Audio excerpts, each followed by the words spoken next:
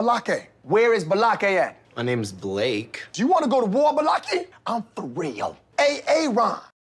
Aaron is here, everyone. Welcome back for more SPTV, where every day's a great day not to be in a cult. Happy Sunday, everyone. I hope you've all had a nice weekend. I've been having a particularly nice weekend.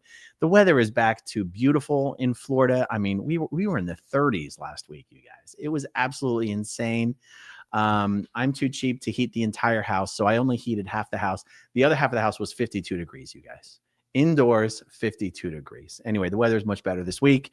It has been a long time since I've done anything like a live chat, live Q&A, live hangout. It's been a relatively explosive period of my life. Hasn't felt totally appropriate to do a live Q&A without it being an absolute dumpster fire. But you know what? I think it's time, you guys. I think it's time. This isn't going to be any kind of a shit show live stream. This is going to be this is just going to be a fun time. I don't have any adult beverages here. I'll have to settle for some delicious Costco sparkling water. Let's see. I want to start out with a couple comments. I have started to feel recently that I'll say one of my biggest weaknesses. It's hard to start the sentence that way because it's never felt like a weakness. But the more I think about it, I think it is a weakness. And that is refusing to publicly engage with people who are, if we put it delicately, critical of me. I didn't mean to do a thumbs up there. Refusing to engage. And if I ask myself, okay, so like, why do I refuse to engage? And I'm mentioning this because while spending some time thinking about this today, I've decided to change something about this. Why do I refuse to publicly engage with people who are being negative in my direction? I'll just give you some of my gut reaction answers, whether they're the real answers or not, who knows. Part of me is like, if you've already shown me you're not my friend, why should I give you my time and attention? That's a little bit of it. That's a little bit of it.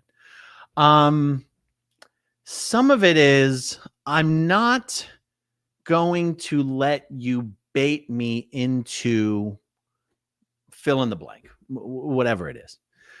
I know there's some other interesting reasons I can come up with here. Also, let's say someone's being negative and they're being negative in a false way. Is like, why should I, and I'm just telling you kind of how it goes through my head. Why should I basically, I want to use a word that I feel like people will take it the wrong way. Why should I reward bad behavior by giving it attention? Now you might go, what do you mean reward? I mean, like, give the person what they want.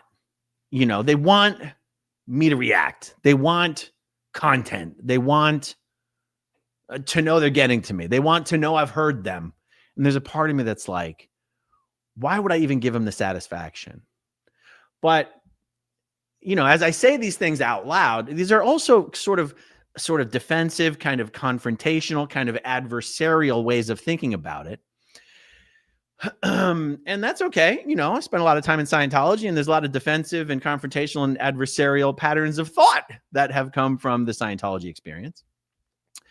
But I'll give you one example. I'm just totally riffing here, you guys. I only have one note in front of me, and I haven't even gotten to it yet.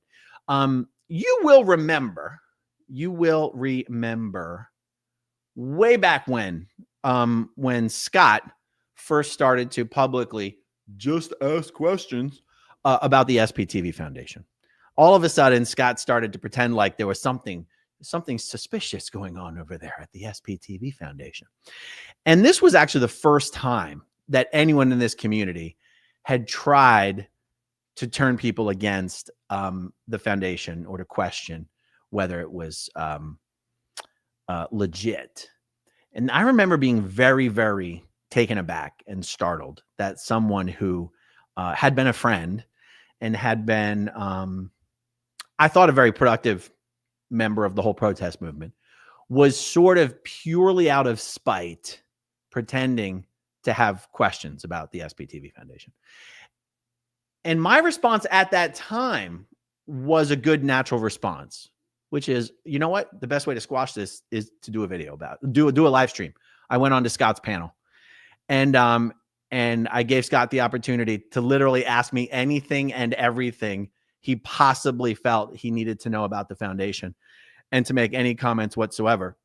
And I just thought, well, this is just the right thing to do. This is just the natural thing to do, is to be like, what's the deal, bro? You got a question? I'm here. Give me the questions. Like, I got nothing on it. And at that time, it went very well. The conversation went very well. The questions were resolved. Scott was sort of like, man, I was just ribbing you. I just wanted to see if you could take it. You know, sometimes you just got to know if a guy can take it, and you can take it. And I appreciate that. And everything was squashed, right? And then the very next day, Scott was back doing live streams, calling into question the validity of everything the SPTV Foundation actually does. And that sort of made me go, it made me shift gears in a big, big way. It was like, oh, this is what it feels to deal with someone who's not being an honest actor. Notice I just say honest actor, not good or bad actor.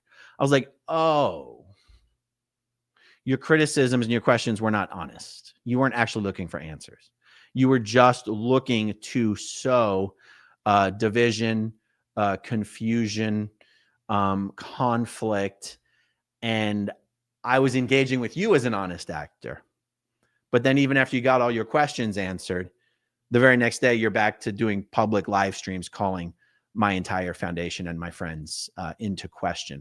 And I go, first of all, friends, who are honest actors, they just pick up the phone and they fucking call each other. You got a question? Ask me the fucking question. That's what I'm here for.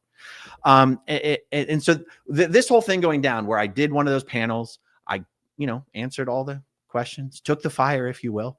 And then the next day, nothing had changed. I sort of, that for me was a lesson I learned. And I feel like I learned the lesson too well, because from that point forward, my operating basis has pretty much been no contact with anyone who's pretending to just have questions and make criticisms. Because I go, if you're in this community and if you're a friend of mine and if you want information, everybody has my phone number. Everybody has my email address. And if you don't have it, you know someone who does. And so I was like, okay, people who want to take what could easily be resolved in private and drag it into the public, I was like, I see you. I know what you're doing. I know who you are. And you're getting zero of my time and attention. Okay. I'm explaining sort of how that came to be. And I'm also saying, I think I've taken it way too far. I think that the evidence has shown that I've taken it way too far, and refusing to publicly engage with people who are being negative towards me, I think is continuing to allow things to remain unresolved. And there are people who are the source of negativity in this community who I do genuinely feel are not being honest actors. And I will not engage with those people, because my goal in engaging with someone would be to actually resolve something, actually provide information, find common ground, answer questions, have a conversation. It's not to, endure a public execution or a public interrogation. And so this is all a very big lead up to the fact that earlier today, I said, I left a comment on a channel of a person who's done a remarkable number of videos directing a lot of negativity in my direction, but whom I do actually believe is an honest actor. Meaning, I do not believe this person is just an unhinged lunatic dedicated on division and destruction. And that person, believe it or not, is Toddy One Skip. When I see someone that I don't know, have never spoken to, just doing video after video after video with just negative lies about me, there's no part of my being that wants to interact with someone that's, as I see it, doing that to me. But the truth is, I don't believe Toddy is ill-intentioned. I truly believe Toddy believes she's dealing the best she can with the information she has. And I actually would like to go on Toddy's channel, not my channel, not a simultaneous live stream, Toddy's channel, and say, okay, Toddy, I'm here. Give me your worst and I'll give you my best. And the things that I would specifically like to discuss are, I want to address issues. Oh man, should I say names? Okay, I'll start out with some issues, but there'll be other issues that I want to cover as well. I want to talk everything about Louis Repetto. I want to talk everything about the Aftermath Foundation and the SPTV Foundation. And I want to talk everything about, I shouldn't say anyone's names. There's certain names that have been discussed on Toddy's channel that I would like the opportunity to correct the record on some stuff. Yeah, my audience would not normally know who she is, and that's okay. Because that's the weird thing about my channel and my overall audience and the audience that a vast number of the other channels have. Okay. Here's how I think about this. And you guys let me know if you think I've got this wrong. Okay.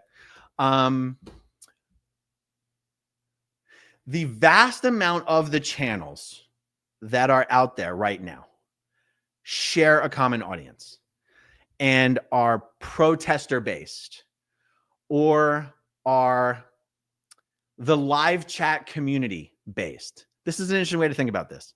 I'm not sure I've given this as much thought before as I'm giving it right now.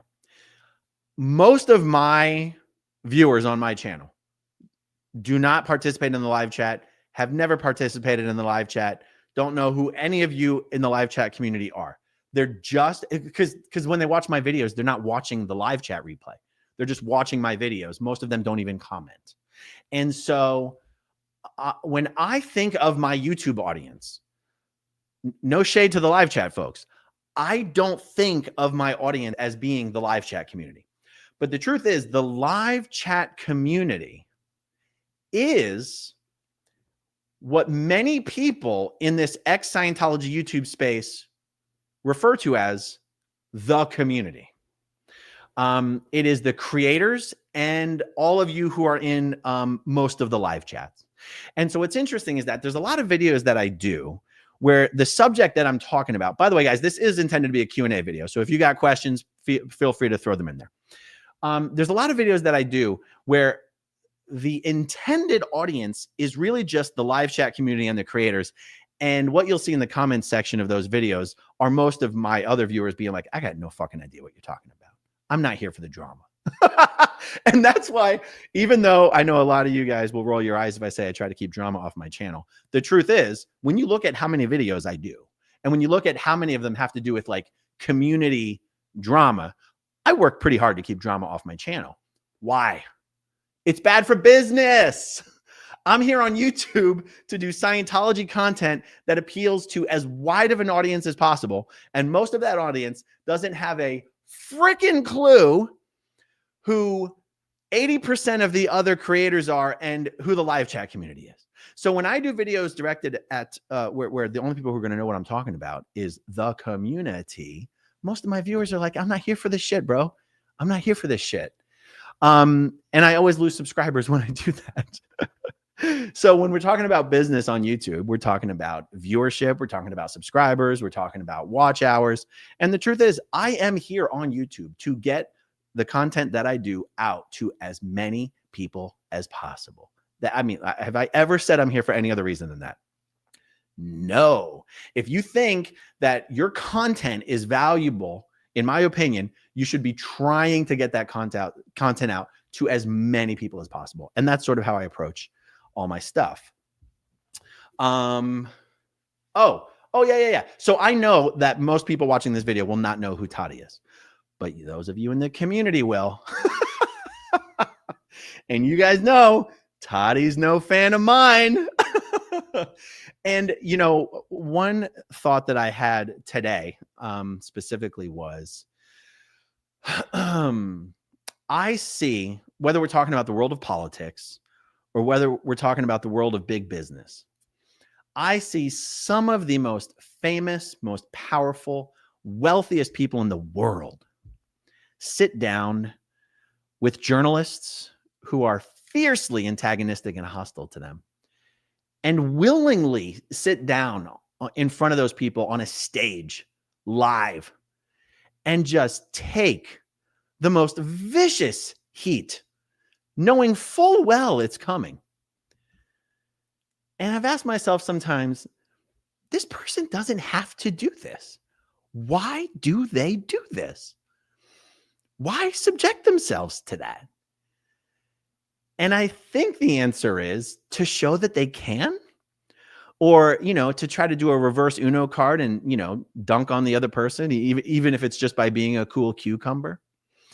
And I just kind of thought to myself today, why is my neck so precious that I can't publicly engage with someone who I already know is not a fan of mine, does not like me, has never tried to reach out to me, has never tried to find at least my side of the story to anything they've ever, you know what I mean? Why is my neck so goddamn precious? And I was like, I don't know. I don't know why I have such a button on publicly engaging with people who are very negative towards me. But it feels like I should be able to do that. You know what I mean? Now, I'm not going to do that with Nora. I'm not. I mean, I'm just not. Like, I've seen Nora try to, for example, when she brought Mitch on her channel and tried to like demand, I mean, it was like, it was an embarrassment,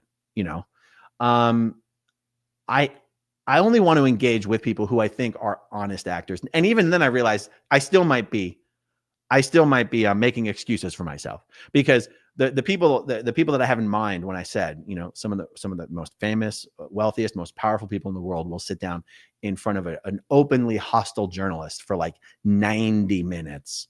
I'm sure in those cases, those people didn't think those journalists were honest actors, and they still had the balls to sit down in front of them and just take the most dishonestly framed, slanderously premised questions on worldwide television, if you will. And for me, the idea of doing that is horrifying. And I'm like, okay, maybe I got to grow up a little bit, And so Toddy, I don't know if you saw my comment on your most recent upload, but I do. I want to do a live stream with Toddy on her channel. Personally, I would prefer if we weren't, bringing up questions from the live chat. I just want to I would say feel free to have the live chat running, but I would prefer if the conversation was between me and Toddy, because guys, the live chat, no shade to you guys in the live chat now, because you guys are the best. You guys are the best live chat. The live chat is the source of all toxicity and negativity that spreads from channel to channel. That, of course, we creators are also the source of the negativity. But I'm saying the way this shit gets spread from channel to channel to channel to channel, it's the fucking live chat. And you guys know it. You guys fucking know that shit. And it's not you honest actors in the live chat. It is you people who cannot be distinguished from literal Scientology OSA trolls. That's what I'm saying. And just because someone's acting the same way a Scientology OSA troll would act does not mean they're a Scientology OSA troll. But if you cannot distinguish between a legitimate Scientology OSA troll and a real human being, well, then who cares? That's kind of how I think about it. Who cares? If you're behaving and acting the exact same way a paid Scientology OSA troll would act, for as far as I'm concerned, you might as well be one. And I don't consider that type of engagement to be honest engagement. It's just targeted hate. It's targeted harassment. It's targeted negativity. And I guess in some way I'm kind of responsible for that, because I mean, back in the day, my channel was purely pre-recorded, edited uploads. And then I discovered live streams, and I said, oh, the skies opened. And instead of spending 5 hours to upload a 25-minute video between the recording and the editing, all of a sudden, if I spent 2 hours doing a live stream, I had a 2-hour video. Boom, bing, bang, boom. No editing necessary. And so I guess I sort of set that precedent, and everyone I encouraged to jump onto YouTube did the same live stream presentation. And all of a sudden we had the absolute perfect avenue for OSA to exploit and take advantage of what are otherwise natural upsets, division, personality conflicts, and all that sort of stuff. So Toddy, let's do it, Toddy. I know you're up for it. You're no shrinking violet, and I'm up for it as well. We should probably have a little private conversation beforehand, and then yeah, because my neck shouldn't be so goddamn precious. I think it has been a mistake to be like, no, I'm not going to engage publicly with anyone who's out there fucking trashing my name. I think it's a mistake. And so I want to change that. Let me see. I did have a fleeting thought there for a moment. I guess you might go, well, then why not, Nora? Why not, Nora? And I might not have a good enough answer to that question. For right now, it's just an emotional answer. No, it's been way too ugly, nasty, fucking personal, cruel, the nonstop vicious lies. Am I Darvoing? Am I reversing victim and offender? Sorry, I can't control my narcissistic abuse tendencies. It's been so ugly and fucking vicious. And I thought, if I leave her alone, eventually she'll stop. But she won't. And she's shown that she won't. I've gone fucking weeks without people saying a fucking word about Nora. And it's every day. And so, she said recently, I'll never speak to Aaron privately. I'll only do it live because I don't trust him. Well, I'm not going to give you the time of day, Nora. So I'm not going to give you the time of day. But I will talk to Toddy. So shoot me an email, Toddy, if you can, growingupinscientology@gmail.com. And let's do it tomorrow. I'm available. Okay, let's see. We got some starred stuff going on. Rachel, how are you using your past experiences to improve your life? I'm going to resist the urge to make up a bunch of bullshit answers to on the spot I'm sorry, Rachel. It's just, I know you're just asking an honest question. I think just the same way everyone tries to use their past experiences, I try to learn lessons. I have found myself to be someone who can only learn lessons the hardest of ways. And even then, it seems like I need to learn them several times. And so, by the way, this reminds me of another thing I've heard people constantly say. Or say that I've said or said that I've claimed, which I'd never have. There are people who constantly say that I've said I'm against therapy. It's so not true. I'm against paying for therapy because I'm a fucking cheapskate. If therapy was free, I'd do it 4 hours a day, every fucking day, no skin off my back. If we lived in a country with socialized medicine, they wouldn't be able to get rid of me. Are you kidding? Are you kidding me? What you guys have heard me say is that the one time I did talk to a therapist, it was actually very, very helpful. But it was also like $375 for the hour. And they basically spent the whole hour telling me it was okay to get a divorce. Now, it might sound like I'm being negative or derogatory when I say that. I was actually very pleasantly happy with the phone call. I just wasn't happy with the cost. I'm not against therapy, folks. And so anyway, thank you for the question, Rachel. I appreciate it. Let's see. Oh, Marilyn Honig. I don't really mind Toddy, minus her UK friend. Yes, you are talking about Abbie James, right? You're talking about Abbie James, Mrs. J. And in fact, that's one of the reasons I want to talk to Toddy, because she did a whole series of interviews with Mrs. J that had the most slanderous, false, invented information about me, about my history with Louis Repetto. And it's one of the things I was like, I don't think of Toddy as being someone who intentionally puts out false information. That's just not, I've watched a lot of Toddy's videos. She does not strike me as that type of person, but she also has no way of knowing that Abbie is completely full of shit. Even the things Abbie said about my brother, or whether my brother would have known Louis Repetto or Louis would have known my brother. to anyone who knows what they're talking about, the stuff she said was like the stupidest thing you could possibly say. Completely false. But how would Toddy know? So that's one of the things I wanted to address with Toddy. Thank you for the comment, Marilyn. Ben, maybe have a weekly quick debunking the incorrect text myths stream. Then it wouldn't leak into other streams and clear up misinformation tidily. Huh. Let me read this again. Maybe have a weekly quick debunking the incorrect text myths stream. Then it wouldn't leak into other streams. I think I get the spirit of what you're saying there. Oops, I didn't mean to bring that up yet. I don't know what you mean by incorrect text myths, but I think you just mean clearing up bullshit that's floating around that I want to have corrected. And that's it. It's not a bad idea. It's not a bad idea. I think I've been just very firmly set in this gear of not providing oxygen to bullshit. And it just kind of occurred to me today, like, yeah, but you're not giving any other story. Like, you may not be providing it oxygen, but it's not depriving it of your oxygen isn't putting it out. Like, it just allows it to fester and continue and spread. And I even saw, people who I would have normally considered a friend, like Windy City Thetan Watch, for example, just forwarding the most slanderous false information about me that he wouldn't know it was false because he's just repeating something he heard from someone else who he thinks would never say that unless it was true.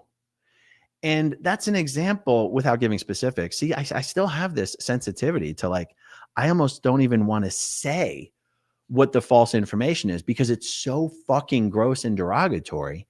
I don't even want my audience to know anyone has even said this about me. And it's a weakness. I don't know how to get rid of it. No, I know your people are like, that's what therapy's for, you dumb fuck. I don't know what to say, guys. I can only improve a little bit at a time. And sometimes it's one step forward and two steps back. But, and honestly, so even in the case of Paul, Windy City, I didn't even want to text him or call him and be like, bro, what the fuck? Like, how you are forwarding completely false information about me? Because then I'm worried, like, oh, Paul's going to say I'm harassing him. Like, that's how gross the community has gotten. Like, I can't even, like, I feel like, well, if this person didn't privately reach out to me before shitting on me, then they'll probably use it against me if I reach out to them. And then it's like, do you see how sick it's all become? It's all become so sick and gross and toxic. And, but there still has to be something I can do about it. Well, the truth is I could just fucking call Paul and be like, what the fuck, dude? But again, I feel like at least this is my first step.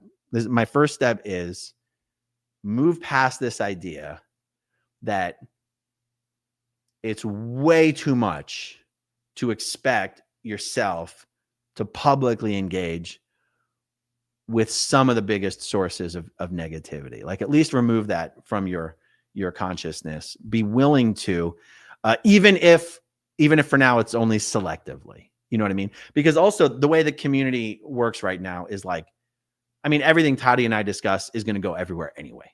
So for me, I feel like it's good enough to discuss it with Toddy. And we'll see where it goes. Marilyn says, yeah, don't say their name. They'd love it. Expat Heather, everything going on aside, how are you doing? I'll tell you, the last week I've been doing great. I mean, it's been a fucking rough year, you guys. It's been a rough month. It's been a much better couple weeks.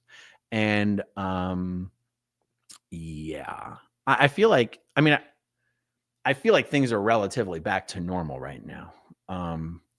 Maybe that's just the calm in the eye of the storm.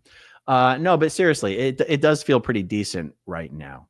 And, a lot of good stuff happening in the private life, and a lot of really exciting things happening soon in the YouTube world. And the kids are doing great, and then Heather's doing great, and all sorts of good stuff. So, and honestly, I feel like that's probably the only way I'm even able to be in a headspace where I can spend time examining whether my refusal to engage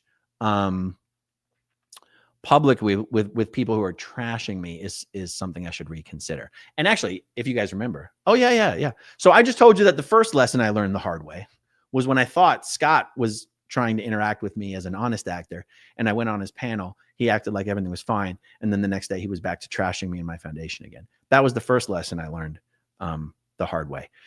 And then you guys remember it happened again like a week and a half ago, right? I did a video about this. I messaged Scott and I messaged Nora to sort of reconvene. I'll say bury the hatchet, but I don't know if bury the hatchet is necessarily. I was like, let's open up a dialogue. Now it's and so what happened there? What happened there? Scott never responded, and then he did 20 more videos shitting on me and all of my friends and my foundation. Nora eventually responded, essentially saying, "Go fuck yourself," and then did 20 hours more of live streams attacking me and my friends and my foundation. So that's the lesson. Second lesson learned the hard way. So, and I guess the reason why I'm mentioning what happened a week and a half ago is because even at that time, when I did a video explaining why I had reached out to those two, I said it was because I had done a little bit of soul searching and come to the conclusion, talking to myself, chances are you are the one who has to take the first step to try to make things better here. So even though you really don't want to do it, you should. And even at that time, I said, you know what? Who I really want to make up with is Laura. I think in order to make up with Laura, I have to make up with Scott first. And I was like, I'll never make up with Nora. And then as I was waiting for Scott to get back to return my text message, I was like, the fact that you really think you should never make up with Nora is why you should. And I tried, and you guys see how that went. So I will not be fooled again. I will not be fooled again. Okay. Fool me once. Shame on me. Fool me twice. Well, you can't fool me again.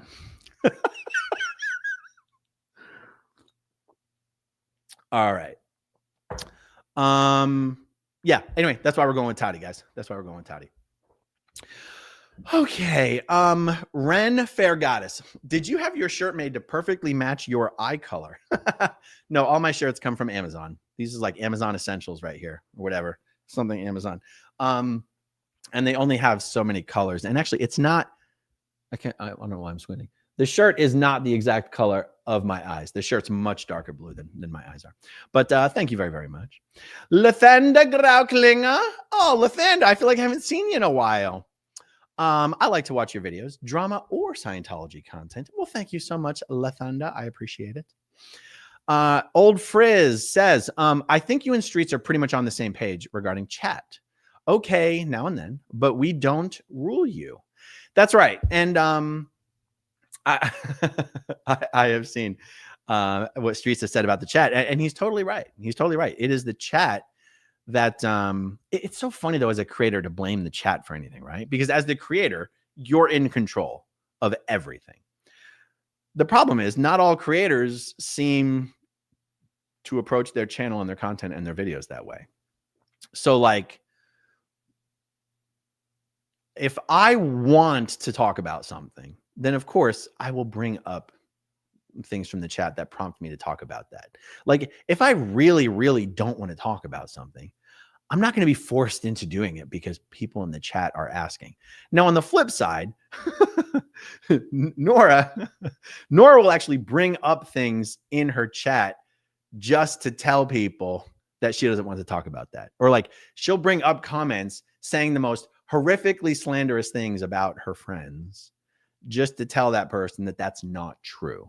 I go, okay, well, you just forwarded it to your entire audience. But again, see, is that a weakness of mine that I'm blind to? Because I'm sitting here going, why would I take some piece of shit troublemaker in the comments section, in the live chat, making slanderous comments about my friends? Why would I bring that comment up on screen in my video and broadcast it to my entire audience? Why would I do that to my friend? But someone else might go, so that you can take the opportunity to tell everyone that it's not true. And I go, yeah, but half of the audience or 99% of the audience had never heard that bullshit statement in the first place. And half of them aren't even going to know whether to take your word for it if it's true or not, because you're just defending your friend. And now you've just introduced this negativity into the ecosystem that it's like you've got the tail wagging the dog here. You're letting anonymous people in your live chat spread negativity to your audience about your friends. But I don't know, guys, let me know. Is this, would you think about it the way that I'm thinking about it? Or am I falling into that same trap of being like, am I falling into that same trap that caused me to feel like I should never engage with people who are publicly smearing me? You know, I don't know. Let me know what you think. It's hard to know what the right thing to do is here. Brave, welcome as a new channel member. Lizzie the White Witch. I don't know about the rest, but I want you to learn about and understand the truth about the crimes of Scientology. Thank you, Lizzie. That is why I'm here. And thank you for being in here. Okay, let's see. Oh, Jane. Why would you put yourself through a traumatic chat filled with hate? This sounds very risky. Well, I mean, that's how I've always thought about it as well. But to address the question itself, the answer would be because all that stuff is constantly being said already anyway. And if I don't at least take the opportunity to provide the true information to the people who are getting the negative information, because that's the other part of it. This is one of the reasons I'm not going to do it on my channel. Most of my audience has no idea what kind of stupid internal drama the ex-Scientology community is up to. That's why I don't drag that shit onto my channel. Now, the only reason we're talking about it right here is because this is a live hangout and a Q&A. This is not a Scientology topic video per se. This is just hanging out and talking and chatting and answering questions. So that's why I feel like it's okay for me to talk about it right here and right now. But that's why I'm going to do it on Toddy's channel. So because people who watch Toddy's channel, whatever that audience is the same audience that are watching all the other fucking hate channels. Now, I don't think Toddy's channel is strictly speaking a hate channel, but she absolutely broadcasts the hate. There are other channels like the Cultology twins where all they do is the fucking hate shit. Toddy, most of Toddy's stuff has nothing to do with Scientology. Do you know what I mean? So what was the question? Oh, why put yourself through that? Because it's already happening. It's already happening. And if I refuse to engage in it, that's the other thing that occurred to me is it almost for sure I have made all these people think that I think I'm better than them. I'm above them and they're just fucking pieces of shit or whatever. And on a personal level, that is how I feel about people who just publicly trash me without even knowing me or trying to talk to me. Just on a personal, emotional, defensive level, that tends to be how I feel about people who do that. But the truth is, living in a world where I'm like, oh, I won't even give it the benefit of my time, creates this sort of weird idea of elitism that probably fuels the fire that I wish would go out. Do you know what I mean? So it's at least an effort. That's what this is. It's at least an effort. Just like me going on that panel with DOA, 6 months ago or whatever it was, just like that was an effort. Just like texting Scott and Nora a week and a half ago, that was an effort. And this is an effort. And it's honestly because I think Toddy's a reasonable person. Even though I also think a reasonable person would have probably tried to reach out to me by now, but that's okay. Other than that, I think Toddy's a reasonable person. And that's why I think it's worth the effort. Thanks for the question, Jane. Constance June, live chats can be toxic. We can all get wrapped up in the moment and sometimes say things we would not to a person's face. Thank you for the comment, Constance. Let me clarify something. The truth is, people can say or ask whatever they want in the live chat, and I don't think that makes it toxic. Here's what I'm thinking of when I talk about making it toxic. Anyone who jumps in a live chat and their contribution to the video is, oh, did you hear what this person said in this video today? They're disgusting. That's what I'm talking about. So like, for example, anyone in the live chat, there's almost nothing you could say or ask about the things I'm saying in my video right now that would like be completely toxic. I mean, okay, if you're like, you're a fucking piece of shit, you're this, okay, fine. But I mean, even if you're upset about what I'm saying and you express your upset, that is not toxicity. I'm talking about importing toxicity. I'm talking about importing unrelated interpersonal toxicity from other channels and other creators. And you guys know this. There's a group of people who are in everyone's live chat all the time. No matter when someone's live, no matter who's live, you got the same crew there. And it's this person. And what's crazy is so often the things that these people in the live chats are claiming someone else has said or done, so often it's not even true, or it's exaggerated, or it's twisted, or it's altered, or it's embellished, and all this kind of stuff. Hold on, dry mouth. So that's what I mean by toxicity. I don't mean expressing negative emotions. I don't mean criticizing something the creator is saying in a video. I mean importing unrelated interpersonal negativity. That's what I mean. Okay, let's see. By the way, guys, I'm roughly planning on being live for a couple hours. That's kind of what I've emotionally prepared myself for. So stick around, hang out, ask questions, and I'll get to them all. Soon, you say precious, and I hear Gollum's precious. Keep up the good work, Aaron. Did I say precious? Oh, why is my neck so precious? Yes. By the way, that happens to be a phrase from Scientology. Why is your neck so precious? And I forget what L. Ron Hubbard was talking about, which policy letter it came from. I'll remember it later. But yeah, why is my neck so precious? It's not. It shouldn't be. Okay.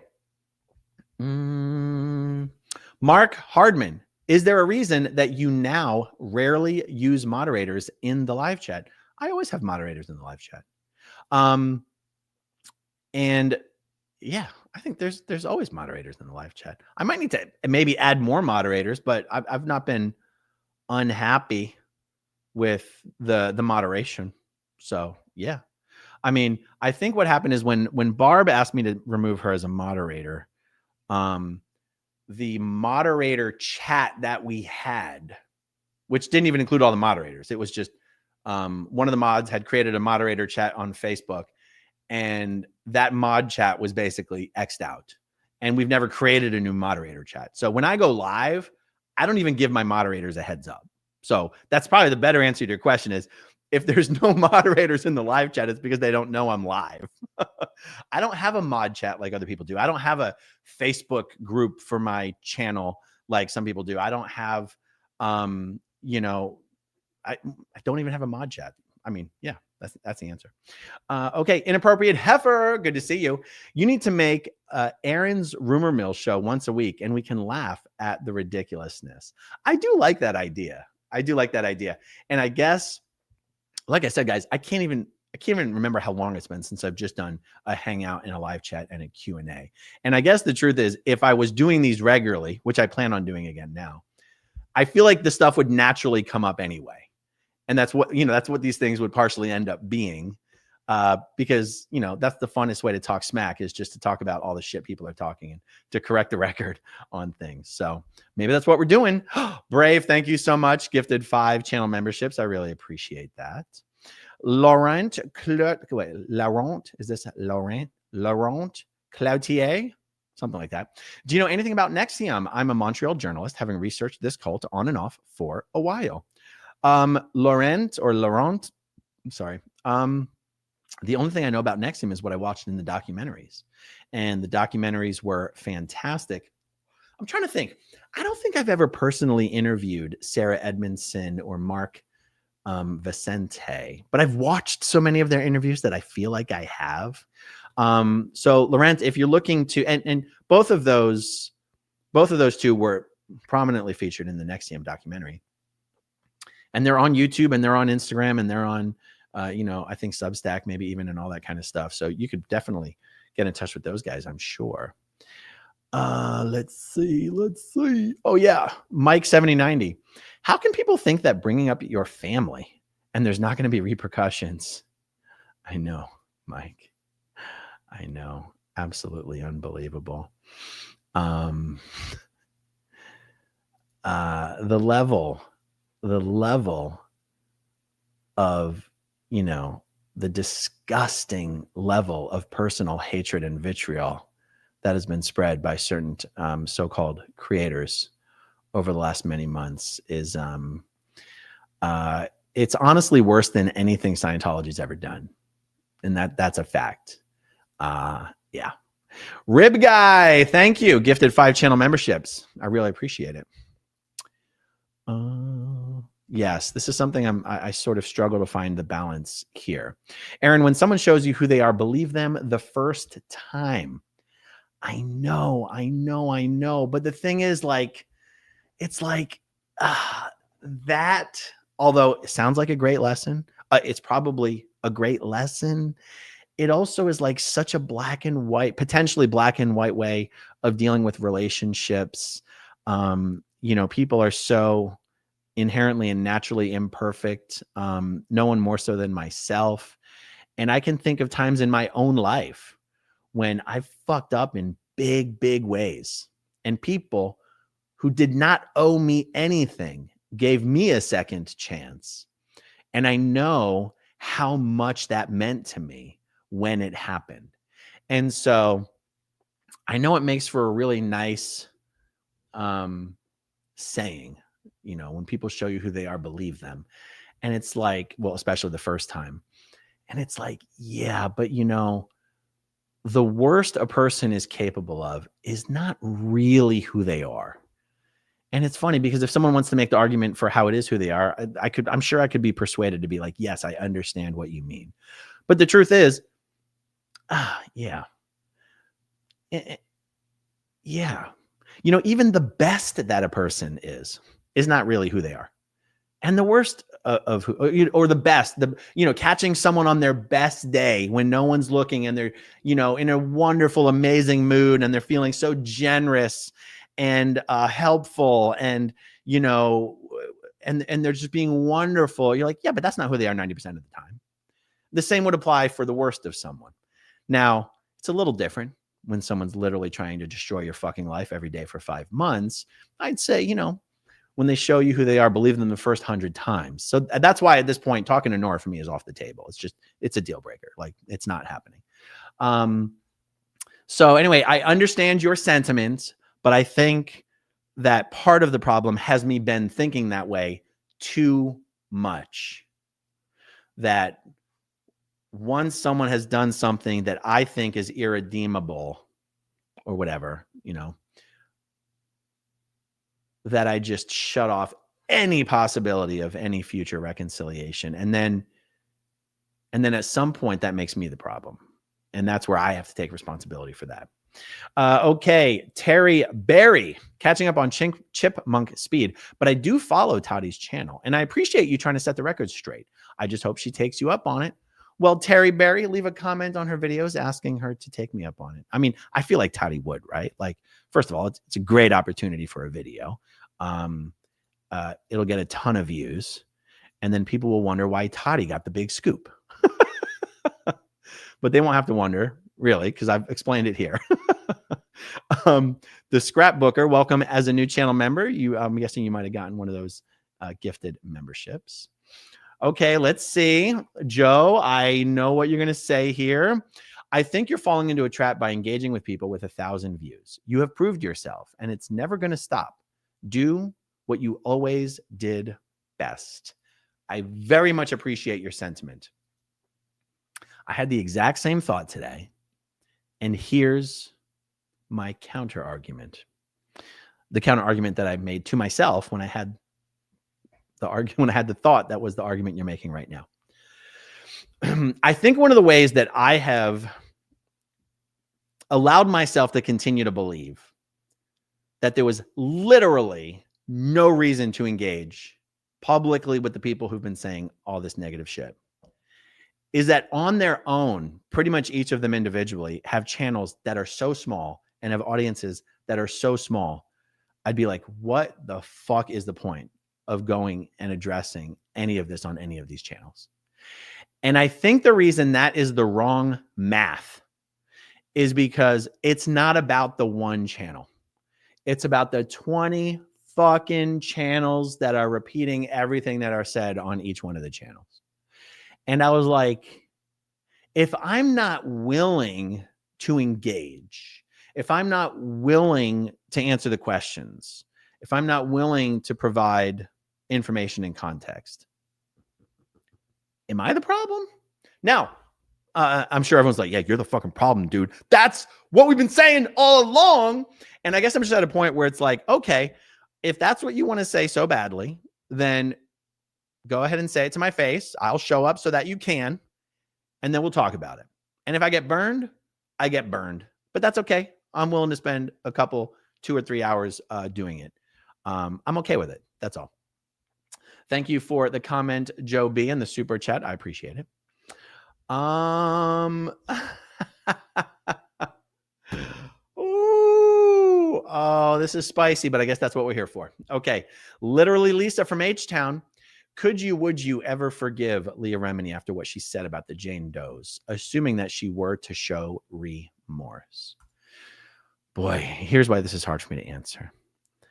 I am sure that Leah is as fucking furious with me as I am with her. And I don't even feel morally justified in just being like, I'm the good guy and Leah Remini's the bad guy. Believe me, I am sure Leah Remini 100% believes that I am the bad guy. And I just think it's dishonest of me for me to sit here and be like, my feelings are valid and her feelings are not.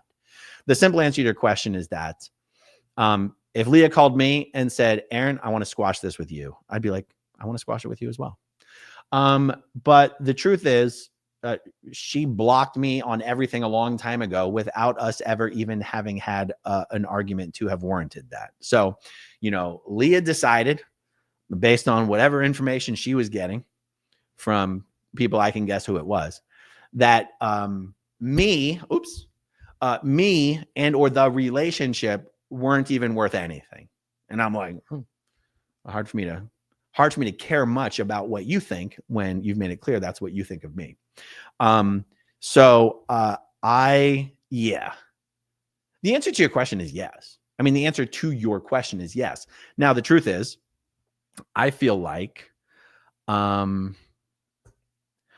loyalty is sure as hell more to the Jane Does than to Leah Remini. So it wouldn't be Leah coming to me and being like, I want to squash this with you. I'd be like, well, you got to squash it with them too, because I'm ride or die with them, because they've been ride or die with me. And that's what I care about more. I don't need anyone's fucking approval. I don't need anyone's little attaboy or a stamp of approval. So the simple answer to your question is yes. I mean, at this point, I think anyone who actually wants to make peace, I'm open to it. There's a couple exceptions. And it'd probably be stirring too much shit to name those names. And they're probably not worth naming anyway, but Leah's not one of them. I'd be happy to squash it with Leah if she actually wanted to squash it. And if it could be squashed with other people to whom I owe my undying support. Okay. Damian Norby. Question: how different would Scientology be today if Pat Broeker retained control of Scientology after L. Ron Hubbard's death from David Miscavige? Damien, the truth is I have no idea, because I did not know Pat Broeker.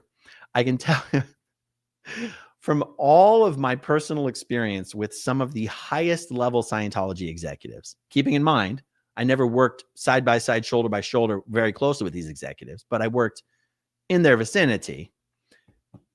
When I saw the video of Pat Broeker at L. Ron Hubbard's death event, I literally thought to myself, there's no way this guy could be a Sea Org member, much less a Sea Org officer, much less a senior executive, much less a trusted friend of LRH. I have never seen a senior Sea Org executive exhibit the weird communication tics and uncomfortable, nervous anxiety that Pat Broeker exhibited. Like, that guy's a weirdo. And even Mike Rinder had no kind words to say about Pat Broeker. Like, he was just a loser. He was like a PR guy. Like, he was just a bullshit artist. I'm like, well, he must be a pretty damn good bullshit artist if he bullshitted his way to be one of L. Ron Hubbard's most trusted friends. Doesn't say much for L. Ron Hubbard, does it? But I've no idea what Pat Broeker was like. And at least from what Mike said, like Pat never even really exhibited or expressed any interest in actually even running Scientology. He just liked having the freedom to do whatever he wanted. Like by the time L. Ron Hubbard died, Pat Broeker was like a horseman. He's like a horseman. It's like There Will Be Blood. I'm an oil man. Pat Broker's like, I'm a horseman. Yeah, he was like buying like thoroughbred show horses and shit. He had no interest in running Scientology. He was just using his alleged control of the upper OT levels to have the leverage and the power to be able to do whatever the fuck he wanted to do. So I don't know. I don't have a better answer to that question, but thank you for asking it. Tommy Tone Toontown. Good to see you, Tommy. I've always admired that you take the high road. Don't change that. I haven't always taken the high road, as you guys know, but I think I know what you mean. I think for the most part, I try to stay out of the bullshit. All right, let's see. Cody Quinn. Thank you for being a channel member, Cody. Aaron, you're excellent at explaining complex things in such a way it is easy to follow. One example is court filings. Well, thank you, Cody. I really enjoy doing that. And I guess, you know, I can only explain things in that way once I've understood them in that way. And that's one thing. I guess I'm going to guess this might have been a natural thing for me. And I'm going to say I didn't take it from Scientology. I love diving deep into and learning new and complex things. I love it. And learning legal stuff is so much fun to me that it's like when I'm trying to absorb it and I'm learning these new, learning all these new things. It's like, once I've got something, I can explain anything to anybody. But something really has to click for me before I'm like, boom, that's it. I got it. And then I can, you know, deliver it in a way. So for me, the fun part is getting to the point where I'm prepared to do the explaining. The explaining comes easy and naturally to me. The real fun is getting to the point where I'm ready to do that. Okay, the Scrap Booker. I do appreciate the negative free zone that you offer on your channel. The other channels, which is very negative, is a real turnoff. Thank you for being you. Thank you very much. And thank you for being a channel member. Lethanda Grauklinga.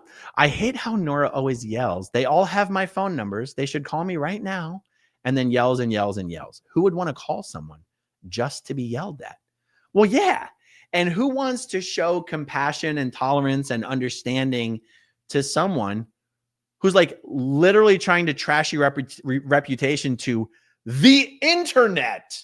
It's like, what am I supposed to do? Like, oh, please stop. Oh no, please stop. It's like, you're not my friend. Like, why would I call you? You're not my friend. I mean, she likes to talk about how she doesn't trust me. Are you kidding me?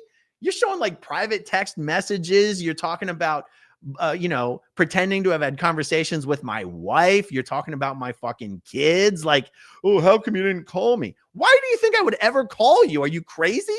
You know, it's like, Jesus Christ. And never mind the fact that I literally did call you. We spoke for over an hour the day you started your now 5-month harassment campaign against me. Not only did we talk for an hour, we agreed to get some sleep and continue the conversation the next day. And then without ever even trying to call me, all of a sudden you're jumping on, fucking trashing me on the internet. I was literally in the comment section be like, Nora, what the fuck's going on? I thought we were supposed to have a phone call. And she's like, it's 7 p.m. and you haven't called me yet. It's like, so this is what you're doing? I'm sorry. The way I work in my life, the squeaky wheel does not get the grease. Wait, the squeaky wheel gets the grease? In my life, the squeaky wheel gets replaced. I mean, and that might be a personality, defect of mine. I am not someone who appreciates, meaning I would rather, it sounds so cold-hearted, but I'm just being honest. Like the way I work in life and in relationships, I'm not someone who really appreciates and is willing to show compassion for someone who is sort of exhibiting anger. Like, I'm sure Nora, I'm speaking for Nora. I don't mean to speak for Nora. Nora might be like, underneath my anger is hurt, pain, suffering. I'd be like, I can emotionally respond to hurt and pain and suffering. I can show compassion. I can show care. I can show understanding to that. I can't do that. It's almost like, I'm like, it's almost impossible. It's like physically impossible for me to show compassion, care, and understanding for someone who's exhibiting anger and hatred. It's hard for me to go, oh, I know you're showing anger, but under the anger must be pain. And I have compassion for that. I don't know if it's just how I'm wired. I don't know if it's Scientology programming. It's like, once you start fucking like coming at me, it's like, oh, okay. I see what's happening here. And there's like, anyway, I forgot what my point was. Sorry, guys. Constance June. With 200 channels, there is no way Aaron or anyone else can give all of them time. It is not fair to think that Aaron could be on every channel. For sure, that's true. And, you know, I guess here's, you know, God, I just want to say this. Anytime that I have ever, let's just say, called out someone in a video, I was calling out someone who already was not my friend. Okay. I would never, ever, ever, ever, ever address a concern or a problem that I had with someone in my life who I considered even remotely a friend by putting it out there on the internet and then just hoping they would reach out to me in response. I don't know if that's just me. And so what happens is there's been so many times where even certain protesters or certain creators who I would have the day before probably said, oh yeah, that's a friend of mine, who I'm like, or someone sends me a video and I'm like, what the fuck? I'm like, wouldn't you want to fucking call me or ask me something? Now, this is different than Nora doing a rant and be like, they've got my phone numbers. How come they don't call me? I'm talking about someone who I've never had any beef with, never nothing. And then, you know, not necessarily close friends or anything, but, you know, just, you know, cordial, cooperative colleagues, you know, doing the same thing in the same space, showing some mutual respect. And all of a sudden I'm being called out and I'm like, what the fuck? Is this a circus to you? Like, you didn't think to ask me? Like, do you want to know the truth or do you want a virtue signal to an audience? Do you want at least both sides of the story? Or do you just want to look like you're a warrior for justice? And it's like, oh, and I guess what I'm saying is here, I don't expect to be treated any differently than I expect to treat other people. And I know, and I guess why I said, of course, I've called people out on my channel. I've never called out anyone on my channel who I considered a friend by the time I called them out. That's all. Okay. Jane, just take care of yourself. You still have a lot of support here, whatever others say. Thank you, Jane. I appreciate it. Sandy Lee, it's easier for them to keep bashing people instead of finding out the truth. Exactly. Exactly. You couldn't exactly get 20,000 views on a video by just being like, actually, this might be a good experiment. It's just no one's ever done it. Hey guys, the latest rumor or accusation is X. And I called Aaron and here's what he explained to me. And I asked him if it would be okay for me to share this. And he said, yes. No one's ever tried to do that. But I'll tell you what, and there's dozens of you out there who can speak to the truth of this. Even if it's something I don't want to do a video about, if you contact me privately, assuming I just don't think, I mean, for the most part, this is true. Like if I think you're just a shit stir, this might not be true. But if you contact me privately, I will tell you everything, all the shit that has gone down over the last year. In fact, I'll tell you what, this has almost happened organically. The people in the community, and there are 3 people. I mean, I've named them many times. It's been Rabbit and Marilyn and Kelly are the 3. And there's others who I'm not going to name because they probably don't want me to name, who have over the time become somewhat like the people. I almost want to call them my closest confidants. because they know they can pick up the phone and call me and ask me literally anything about anything anyone is saying about me. And I will give them the full story. And that's even for things that I'll never discuss in videos. I'll be like, look, so how did this happen organically? Because they were the only people who actually took the time to call me. Now, not the only people, because believe me, I have a close circle of friends who know everything about my life. But I'm talking about the people who don't live close to me, who I haven't spent a lot of time with in real life, right? These are the people who were in the community that when shit started to go sideways, instead of just jumping on and shooting off at the mouth and trying to hang me or crucify me and condemn me, they called me. And they decided for themselves if they thought they were getting honest information from me.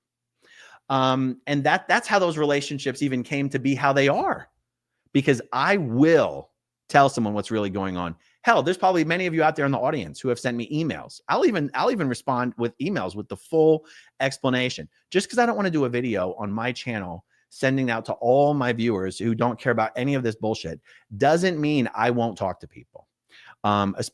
Privately. And I have, and many of you out there know that that's true because you're the ones who've reached out to me. Okay, let's see. Jojo, the royal family in England have a saying, never complain and never explain. I sort of think, let your good work do the talking. Yes, I have heard, I think I only first heard this saying from Mike Render. But it is funny. I've actually thought about this a lot over the last many months. Never complain, never explain.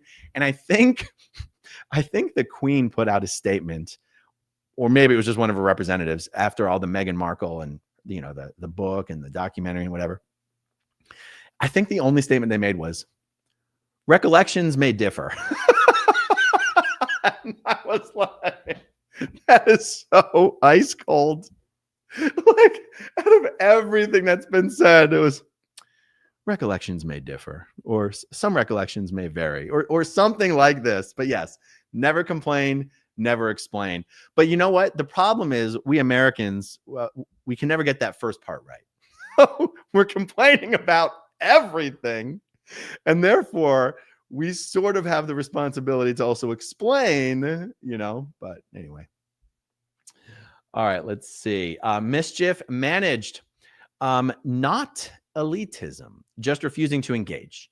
What do you see this thing with Toddy accomplishing? Okay, believe me, I understand your sentiment. So let me bring it up again. Just refusing to engage. What do you see this thing with Toddy accomplishing? Okay, well, here's my first best answer. So many channels have repeated the most false information about me and Louis Repetto. I have no relationship to Louis Repetto. We were not friends in the Sea Org. I've never done any content with him. He basically ambushed me and Jenna while we were live. And what I want to do is take the opportunity on Toddy's channel to explain why, what was I going to do? Something I would never do, like right there in a live stream. Be like, no, Louis, don't come anywhere near me. I know what you did, Louis. I spoke to that woman who I have no idea who she is, completely anonymous, never met her before. I believe her story. But what was I? No, Louis. I spoke to a woman on the phone anonymously, and she told me you did a bad thing to her, and I believe her. Stay away from me, Louis. Stay away. Don't come near me, Louis. No.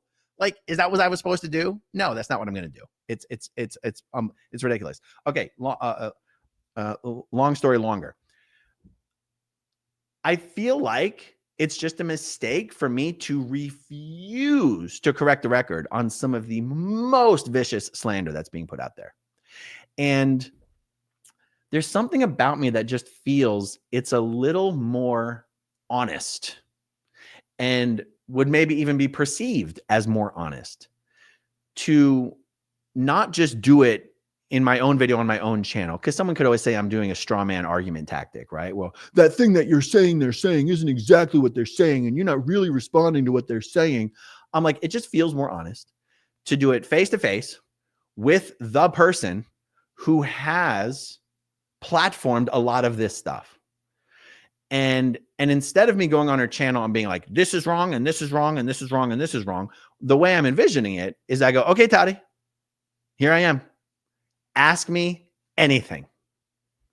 What your top 15 items of concern about how I'm a horrible, abusive, malignant narcissist. Go. I'm ready to take the arrows. I'm gonna, whatever item you've got for me, whatever it is you think happened that is underlying this item, I'm gonna give you the information. And I don't know, it just feels like the right thing to do. Well, I wake up tomorrow and be like, that's not the right thing to do. It feels like the right thing to do right now. I feel like I'm ready to do that. And if it doesn't work, it doesn't work. But honestly, it's like when you look at how much fucking hatred and negativity that's out there.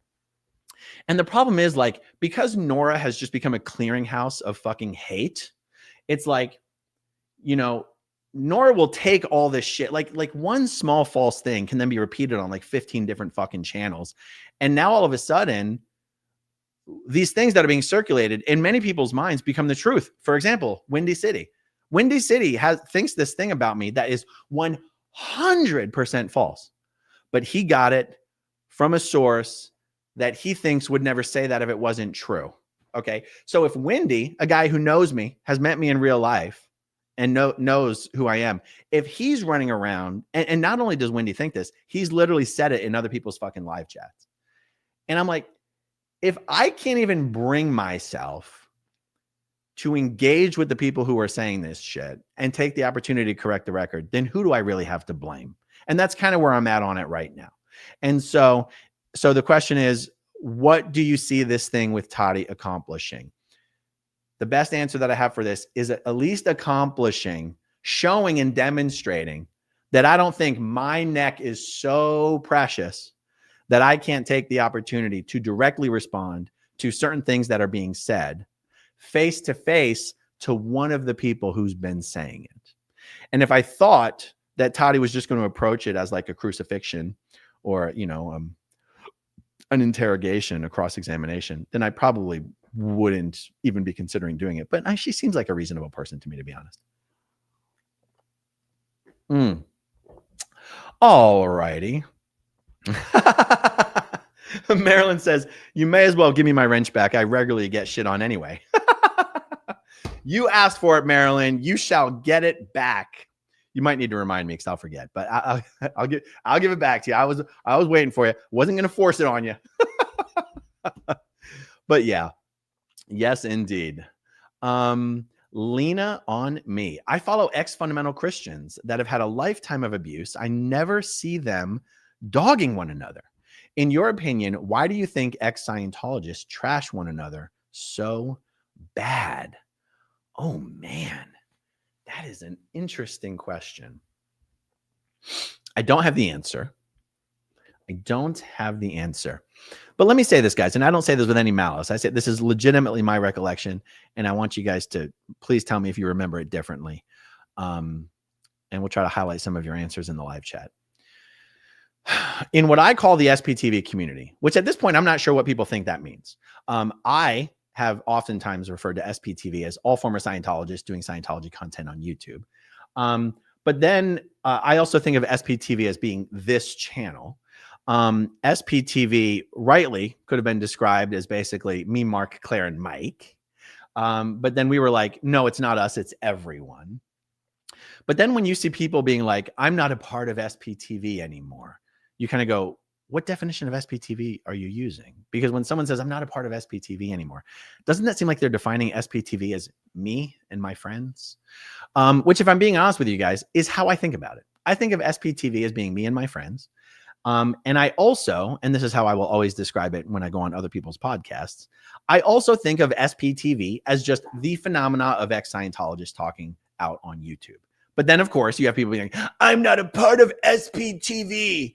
And you're like, okay, so you think SPTV is just Aaron then? I mean, if that's how you're defining it, then that's how we'll define it. Shit, I totally dodged the question. Oh, yeah. Why do ex-Scientologists shit on each other? This is how I genuinely remember it, you guys. I guess the first fracture in SPTV was last 2 Novembers ago when me and the Aftermath Foundation parted ways. I guess that was the first major rift in what people thought of as SPTV. But even after that, it's not like those guys were shitting on me and I was shitting on them. That wasn't happening. But the next major shift was Scott. The next big, giant fracture in SPTV was Scott. And then on the back of that was Nora. Now, what I mean by that isn't because, of course, Scott's going to say, I was only responding to shit people were doing. And Nora would say, I was only responding to shit that you did. I'm not talking about that's the first time anyone had their feelings hurt. I mean,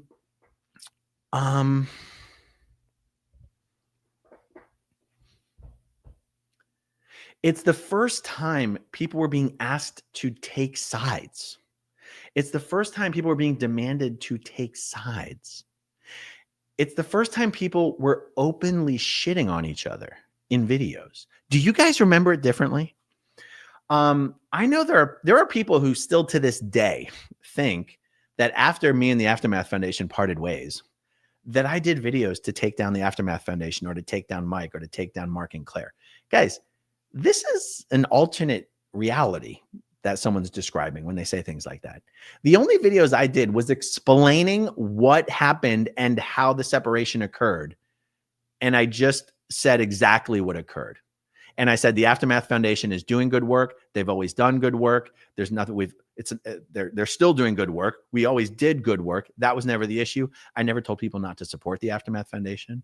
I never told people not to support channels. I literally, as at that time, largest creator in this space, the #1 fundraiser for the foundation, the person doing the most promotion for the foundation, the person who was the face of that foundation, could not reasonably part ways with the foundation and never speak about it, which is what they basically said. Hey, we're not going to say anything. You don't have to say anything. And it's like, what? Of course I do. What are you talking about? They're like, you can just say that you left and wanted to focus on other things. I'm like, yeah, I could lie and everyone would know I was lying. Like, like that's not reasonable. Okay. Me doing videos explaining everything that had happened that had to happen. Inevitably, that was going to lead to a rift. I'm being really long-winded about this, guys. I'll say what I have to say, and then I'll make sure I'm actually answering the question. That was inevitably going to lead to a rift.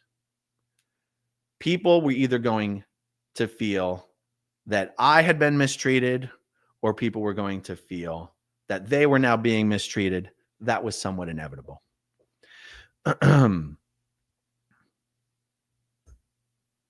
Moving forward from there, you still had a situation where the Aftermath Foundation folks were still pretty much in a bubble of their own. They had nothing to do with the protest community, and they weren't even putting up that much content anyway. So you still had what was left, which was me, all of my friends, and all of the protesters.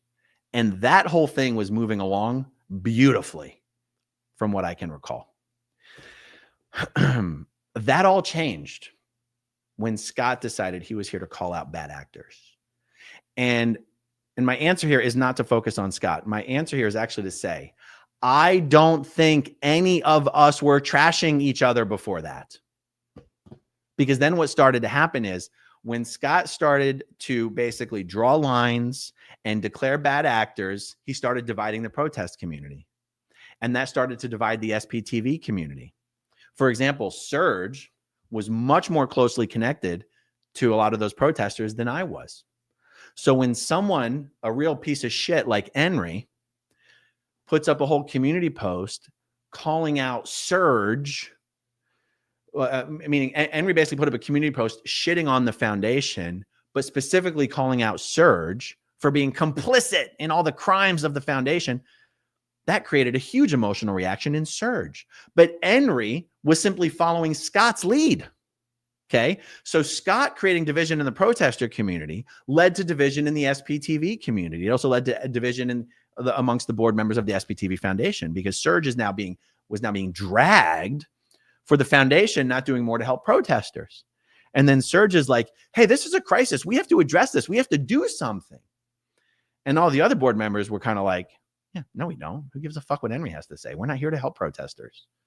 We don't have to respond to bullshit like that. And then Serge got some emails from some people that really upset him. Not me. I didn't send him the email, by the way. But I'm giving you an example. Like Serge got some emails. Serge was very upset, and then Serge resigned. This is I'm giving you an example. And Serge was very much a part of SPTV, and not just the foundation, but SPTV. And this is an example where none of us were shitting on each other. None of us were shitting on each other until Scott started calling out bad actors, calling people out, drawing lines, creating division, trying to destroy friendships. And then all of a sudden, it created an environment where people were doing videos about each other, people were responding to videos, people were signal boosting videos, live chats got super fucking toxic, rah. So aside from the fact that I started out by saying I don't have the answer, I feel like part of the answer is that those other communities, all communities have natural divisions, natural personality conflicts, natural upsets, natural betrayals. What those other communities don't have is an organization like Scientology's Office of Special Affairs hiding in every nook and cranny to exploit and pour gasoline, jet fuel on what would otherwise be natural community problems. And you also have, I'm just going to say it out, you also have in Scott a particularly vicious, malignant actor. I mean, you have a guy who prides himself on destroying movement after movement after movement. Now, of course, he justifies it by saying he's just calling out bad actors. And I guess everywhere Scott goes, he's protecting people from imaginary pedophiles, I guess. So, you have a particularly malignant actor in Scott, who was very, very effective in destroying relationships and friendships and poisoning wells. And then you have Scientology, who is just pouring jet fuel on all of this.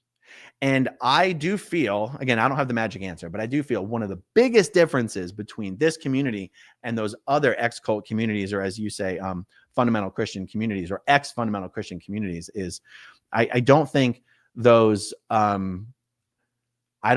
Christian groups have entire wings of operatives tasked with figuring out how to destroy the critic movement. I don't know. Let me know. Do you guys think there's other factors in play? I mean, do you guys think Scientology just creates uniquely toxic people? Because I personally don't think so. But that's just me, guys. What do I know? I grew up in a cult. Thank you, Alina. I appreciate it. Oh, this is an interesting point. Northern Girl, it's very annoying when creators drop hints at drama, but claim they won't name drop while they're low-key name dropping. It all just leads to speculation. I usually tap out. It's funny.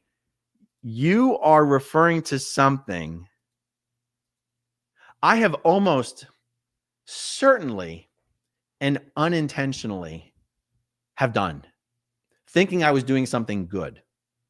It's funny. I'm going to give you another example. This is a total segue. Leah Remini was the first person to call me out for something I used to do all the time that I thought was a really good thing. And okay, if you're telling a story, if you're in a group and someone's telling a story and there's someone else in the group who's always like, oh yeah, that happened to me too. And then they tell their story. I was that guy. I thought it was me showing camaraderie and mutual, having things in common. And in Scientology, they would call it creating reality, agreement. Hey, we have similar experiences. Hey, I know what you're talking about. And I would do this all the time. I thought it was a great way to be friendly and interested and engaged. And I remember I was out with Leah and some people, and she called me. She's like, oh God, oh, you're just such a one-upper. And I was like, what? A one-upper? That sounds like a bad thing. What are you talking about? Anyway, Why am I telling this story? Because your comment reminds me of that. Because I have very often referred to certain things and not wanted to name names. For example, the video I did that created all this drama with Nora 5 months ago, when I said, I'm no longer going to support any creator who's specializing in attacking ex-Scientologists. And I didn't name any names. And I thought I was such a good little boy for not naming names. Because of course I was thinking about Nora. And I was like, if I name Nora, that would be mean. It's only an act of kindness not to say her name. But the effect was like 10 fucking people thought I was talking about them. And what's funny is that the same thing, no one had ever pointed out to me. I'd never seen it. I'd never seen it myself. No one ever pointed out to me that it can actually be really, really destructive to put something out there and no one knows who the fuck you're talking about. And you think your message is getting through, but you're actually creating more upset. Just like the first time Leah Remini pointed out to me that doing that in a conversation is really fucking obnoxious. I was like, what? My pearls. No one's ever told me that before. I thought this was like a great thing. And so, Northern Girl, the reason this is so funny that you mention it is because even in Scott's videos, one of his biggest complaints is people in this community who put out videos calling out a person or persons without saying who it is. But whenever Scott has criticized those videos, I've always thought to myself, yeah, you fucking piece of shit. That's right. You want to get people calling out people by name. You want the division. You want, like, crucifying people. That's why you're saying that. But it's funny because you're making a similar observation, but for a for a positive reason, not a negative reason. Let me bring your statement back up. It's very annoying when creators drop hints at drama, but claim they won't name drop while they're low-key name dropping. It all just leads to speculation, and I usually tap out. So Northern Girl, I guess it sort of seems like you would rather, if someone was going to do a video about that they do name the person. But that, of course, would be very specific and targeted drama, wouldn't it? So maybe your point here is, if what you're doing the video about doesn't rise to the level of needing to actually nip it in the bud by calling someone out by name, then maybe don't do the video at all. Is that kind of where you're going with it? Let me know. Constance June says, oh, I get what you mean now. The people who go from chat to chat and say what another said. Yes, exactly. Okay, Jojo, I don't think other top YouTubers engage with other channels that hate them. Just a thought. You're so right. And, sensible sentiments like that are the exact kind of thing that's going to make me back out of doing a video with Toddy. No, I'm pretty committed to doing this video with Toddy for what it's worth. But you are right. I can think of, some of the biggest channels who are the object of some of the most concentrated hate. And I know that they would never in a million years engage with that hate. Anyway, you juxtapose that to, other very prominent people in the world of politics and business and media and what have you. And they do engage with it. But they don't engage with it like fighting fire with fire. They just sort of engage with it in a calm, cool, and collected manner. And I guess that is what I feel is warranted here. Let me know, guys. Do you think I'm just off base? Do you think I'm just off base? Because honestly, I guess there's a part of me that is like, it's fucking bullshit. And so if you ignore it, it will go away. And then that only makes me feel comfortable if I think that's actually what's going to happen. Fast forward a fucking year, and it's the same shit every fucking day. And that's where I go, well, ignoring it hasn't made it go away. So why are you so precious that you can't just sit there and actually have a conversation with at least one of these people to talk about some of these things and see what happens? So, let's see. Marilyn says, Aaron, I think maybe Toddy and some others haven't reached out to you because you are like a celebrity to them and they don't think you would talk to them. I think she's mostly well-meaning, though. This might be another one of my shortcomings. It is so far outside of my realm of belief that somebody would see me that way that it doesn't occur to me to make an allowance for them that was the reason they didn't think they could call me. Because all I can see, all I can see is the people who did care enough or thought I was approachable enough to do that. Rabbit, Marilyn, Kelly. And by the way, I feel bad naming those three because there's so many other people I could name, but I'm just not naming. But it's because I've named Marilyn, Kelly, and Rabbit before. And also I've done videos with Marilyn. I've done videos with Rabbit. And I don't think I've ever done videos about any of this with Kelly, but I've always appreciated the fact that she's reached out to me. So, okay, let me see. How long are we going? Okay, we got about 30 more minutes. Let's see here. I'm going to fast forward and then I'll go back. Rib Guy says, Nora demands that all ex-Scientologists get therapy, while her actions will make sure that no ex-Scientologists will ever try it. She is vile. If it turns people into hate blenders like her, I want no part of it. Yeah, I know a lot of people feel the way that you do. It's sort of fun, if I'm in the spirit of being mean, it's fun to say that if that's what therapy has done for Nora, then nobody should ever get it. But I'm only saying that to be mean. I don't really mean it. I don't blame therapy for what Nora has become. I don't blame the shots for what Nora has become. I don't blame anybody but Nora.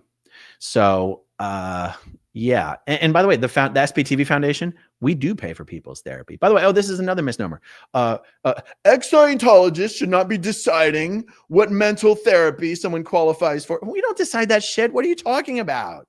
Whoever's saying that is just making shit up. The foundation, if someone applies for something, we approve the money. We don't decide what therapy someone gets. So, some of the coolest stories of us helping people are stories you haven't even heard yet. And I don't even know if you will hear the stories. It's always up to the people. I think you guys noticed we've helped over just about or over 20 people in the less than a year that we've been operating. Have you seen me do a single interview with even one of them? Let me see. I did an interview with the guy in Mexico, but in that video, did we even say that the foundation helped him? I might have even said, let's not talk about how the foundation helped you. Because I don't want people to think that, you had to do this video with me because the foundation helped you. I can't remember if we talked about that, but have you noticed I haven't done a single interview with anyone the foundation has helped? That has been on purpose. I totally lost my point, you guys. Hold on. Let me go back to it. What the fuck was I talking about? I lost it. Oh, I don't blame it. Oh, yeah. I was talking about Nora. Yeah. We are not deciding what type of care someone gets. If someone in consultation with a licensed professional mental health provider has something their professional that they work with has deemed they should get, they can ask for it. And based on the criteria, we decide whether we think it's appropriate for us to pay for it. We are not deciding whether it's appropriate for the person to receive that care. We are not we are just responsible custodians of your hard-earned and generously donated funds. And I'll give you an example. This is an example. Nora tried to make a big deal about this. This was many months ago. Actually, this was September. This was in September. We were contacted by an ex-Scientologist. I can't remember if he was an ex-Sea Org member, but he was at least an ex-Scientologist in Canada, who was inquiring about getting the shots, the dual stellar ganglion block shots. Now, I've read the book on the shots. And I am well aware that these things are potential therapy to be done always in conjunction with long-term mental health treatment. And this person, after speaking to them at length, by the way, I love how Nora tried to make it sound like there was something insidious about me actually speaking with people who apply on the phone. Yeah, Nora, I'll tell you what, when people contact the foundation for help, I do them the courtesy, show them the personal care of speaking to them on the phone. There's nothing weird about that. That's how you show interest in a person. You speak to them on the phone. So after speaking with this person on the phone, it became very clear that they had only ever had a single therapy session in their entire life. They had a good amount of funds. They had multiple houses and had been recently talked into getting these shots by Jamie Mustard. And I said, have you spoken to your mental health counselor about these shots? And they said, no. I said, well, I'll tell you what. The next time you see your therapist, ask them about the shots, tell them it's something you'd be interested in doing, and see what they have to say. They said, that's a good idea. I'll do that. I said, great. That's the last I ever heard from that person.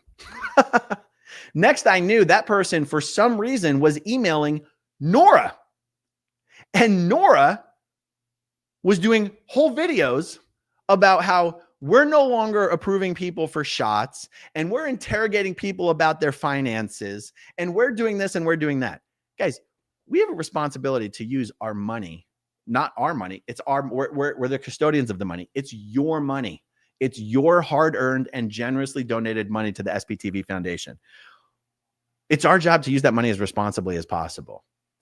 I think everyone should be happy to hear that when someone contacts us asking for thousands of dollars, I personally get on the phone with them and will speak to them for as long as is necessary, hours in many cases, to fully understand what they're going through, what they're experiencing, what problems they're trying to solve, how they hope to solve them, anything else that they need. And it is during the course of such conversations that I can also help determine what I am going to propose to a vote to the board to approve. Okay. And I just love, it's so crazy to me that this was an example of me showing care for a person who applied, giving them good advice that they accepted and never heard back from them. Next thing I know, Nora's using it as an example of how the foundation's doing horrible work, taking advantage of people and not helping people. And you go, Nora, you're just a dishonest actor. You are not an honest actor at this point. Okay. Okay. Yeah. So I guess that was all in response to Nora being a horrible example of the results that people should get from mental health care. And yeah, there we go. Okay. Brianna, why? Oh, Brian Aycock.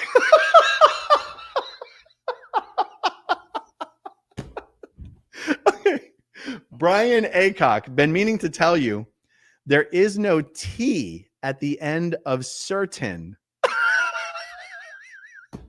Do I put a T at the end of certain? Do I say certain? No, I do not say certain. That is a lie, sir. That is a lie. A vicious, slanderous lie.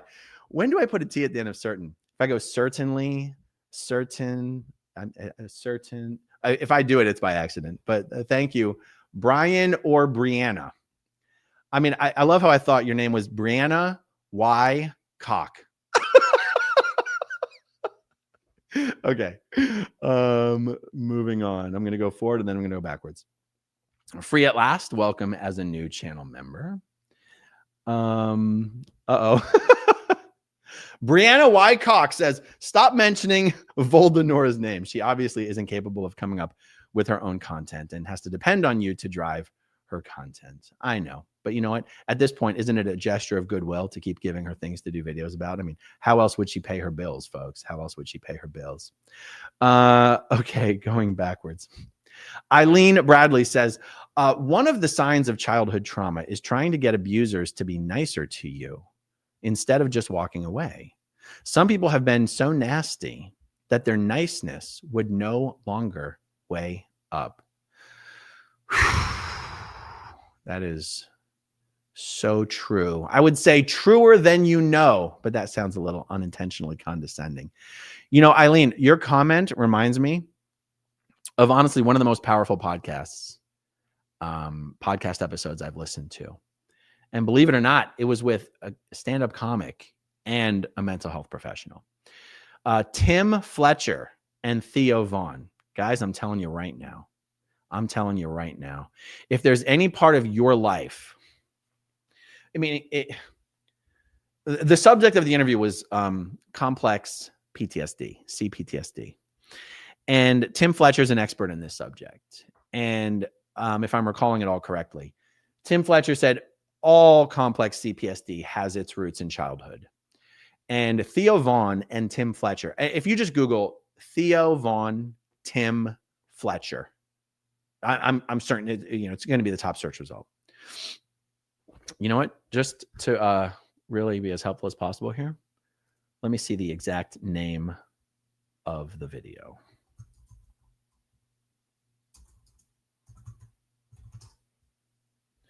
Okay. The title of the YouTube video, Trauma Expert Tim Fletcher. The name of the podcast is This Past Weekend with Theo Vaughn, number 495. You know what? Let me post a link in the chat. Boom.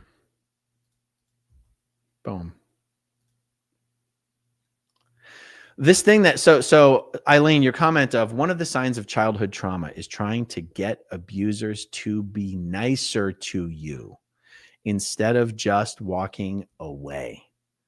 That is one of the themes that they discuss in this podcast. This podcast episode was so fucking impactful to me. I sent it to a bunch of other people and I said, I think I'm just going to listen to this thing over and over again every now and then if I'm feeling like having a hard time. Yeah. Stay tuned for some really interesting Tim Fletcher content, Scientology related. I think you guys are going to be really excited to see.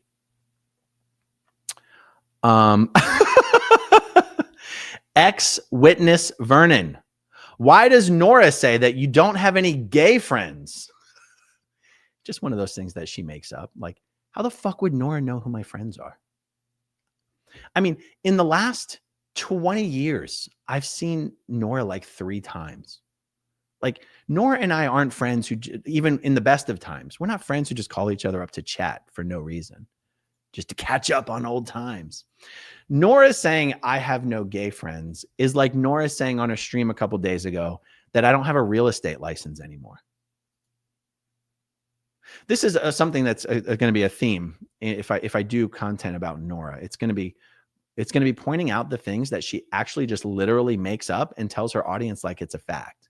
So Nora in a video she said either I didn't have a license or it was canceled or it was revoked or something. And then people in her live chat just fact checked her in real time by looking at the applicable Florida databases and just literally is like, by the way, that's not true. He has an active real estate license. And she was like, oh, my mistake. See, I admit my mistakes. I admit, unlike Aaron, the malignant woman abusing narcissist, I can admit when I was wrong. And I go, but you didn't get that wrong. You made it up. You didn't make a mistake. You invented a lie. You had no basis upon which to say I did not have a real estate license. It's not like, oopsie, I looked up the wrong Aaron. It's not like, oh, I looked at the wrong database. You didn't look at anything. You literally made up information and declared it to be true. So many of Nora's audience have no idea. It doesn't even occur to them that somebody could ever say something as a fact and have no basis for it. Nora saying, I don't have gay friends is literally her making it up. Here's what she means by that. I was gay and I'm not his friend anymore. And Serge is gay. And as far as I know, Serge isn't Aaron's friend. And I don't know any other gay friends that Aaron has. So I guess Aaron doesn't have gay friends. Yeah, you don't know any of my friends, Nora. It's just honestly. So you go, why does she say that? Why does she say any of the stuff that she just makes up? I don't know. I don't know why she does that. She does it all the time. Okay, let's see. Sandy Lee, I leave any and all chats when they get toxic. Here for Scientology takedown, not the creator takedown. I agree. And it's weird, right? Because you could say, hey, Aaron, you just spent a few minutes taking Nora down. And it's like, but did I? But did I? Like me simply saying that Nora says A, B, C, X, Y, and Z, and it's totally false and she makes it up and she does this shit all the time. Is that really a takedown? Now, if I published an entire standalone video about it, you'd be like, okay, that's a takedown. But that's one of the reasons I like these just hangout chats, Q&As. I just want to casually talk about some stuff without it being a big emotional deal. Okay, let's see. Northern Girl, this is a good idea. Aaron debunking the bunk. Rib Guy, it is funny how Nora demands that all ex-Scientologists go into therapy. Are you crazy? Look at what it's done to her. I feel like we already did that comment. But thank you, Rib Guy. Dave's deep dives. Aaron, I missed the stogies and the string of Christmas lights. Oh, Dave, don't get me started on the Christmas lights. I got so much negativity about the Christmas lights. Funnily enough, I think one of it was from Marilyn. She's like, oh my God, Aaron, that looks so terrible. She was she's like, Aaron, what is going on over there? Kelly said the same thing. What is going on with your random string of Christmas lights hanging down next to your head? But they gave me some good advice, and that's what matters. They said, go get a whole bunch of lights out there and put them up so we can actually see you. And you don't look like this. These weren't their words, but this monster hiding in a cave, drinking beer, smoking a cigar. I actually, I did a couple live streams recently. Well, okay. I did a live stream a couple days ago from the park, and I did a live stream earlier today sitting here. And I did want to do it out on the patio, maybe even smoking a little cigar. I don't have any beer in the house right now. But I do have some wine. And I was like, Marilyn's going to make fun of me for the lights. So I literally went to Costco. I'm not lying. This happened today. I literally went to Costco just to look for more of those patio lights. And then by the time I got there, I forgot that that's what I had gone there for. And I ended up just buying chicken and water instead. But yes, I'm glad that someone likes the stogies and the Christmas lights. And Dave, I'm glad you said that, because the truth is, I really loved it too. Now, the problem is if I'm out there, like if I'm smoking a cigar, I have to be drinking something. Okay. I got to wash that. I got to wash the cigar flavor down, or, and it can't just be water. I've got to have like a beer. And the truth is, you get 2 or 3 beers in me. At least right now, when I'm just drinking water, and even if I'm talking about Nora, I'm being pretty fair and mild. At least I think I am. You get a few beers in me, I'm going to start being a little mean. You get me talking about Nora after a few beers, I'm going to be downright insulting. And that's a mistake. Even if it feels good at the time, it's a mistake. It's not a good look. It doesn't make it. It's just not good. So, yeah, if I'm going to do the stogie and the beer live streams, I have to be talking about relatively happy stuff so that it doesn't go mean. Thank you, Dave's Deep Dives. Erica M. There is an ex-Mormon creator you should collab with sometime. I think you guys would have a lot to talk about. Alyssa Grenfell is her name. Erica, would you mind shooting me an email with a link to her channel? And I don't know if you have an email address. Hey, when we were out there protesting on this past Friday, 2 ex-Jehovah's Witnesses came up and they had a YouTube channel. And I was so excited because I want to do more interviews with ex-Jehovah's Witnesses, ex-Mormons, and ex-members of other high control groups. No offense to the Mormons and the Jehovah's Witnesses who don't think that that's what they are. Guys, that's why I stay in my lane. I talk about Scientology. But the truth is, ex-Mormons and ex-Jehovah's Witnesses seem to have the most in common with ex-Scientologists. You guys know there's a very well-known creator. I've done videos with her on her channel. We've done videos on my channel, Shalise Ansola. Oh my God, how can I be going blank on from cults to consciousness? The chats with her are amazing, and she's ex-Mormon. I'm trying to remember if I've even done a chat with an ex-Jehovah's Witness, and I don't think that I have. But I want to do ex-JW chats, and I want to do more ex-Mormon chats. So Erica, please shoot me an email. I would really, really appreciate it. Okay, Northern Girl says, people are treating you like you have the key to the gates of hell, and you used it. Oh, that is funny. Okay. BC Natalie. I'm going to guess that's British Columbia Natalie. Be careful who you engage with. A channel dedicated to spewing negative energy towards other people is a toxic way to live. So engaging them is inviting toxic energy towards you. Just my opinion. I do appreciate that sentiment. I'm just making one exception this one time. Toddy is truly, and it's weird for me to like compliment Toddy in any way. She's been nothing but horrible to me, but that's not true. That's not true. Back in the day, she used to be nice. I just feel that Toddy is reasonable. I just really do. And honestly, I'm not even approaching this like, oh, I'm going to sacrifice myself and throw myself to the lion's den. If I thought Toddy represented the lion's den, I wouldn't do it. I just think she's genuinely a reasonable person, and is willing to have a real conversation. That's all. Oh, mother of Aiden, you should have a weekly video called "What's Up with Aaron." I like that. Abraham Orich, good to see you, Abraham. I wonder if those very people who demand so much from people they don't personally know would hold their brothers and sisters to the same standards. Adults know when to stay out of others' business. Strong point, Abraham. I appreciate it.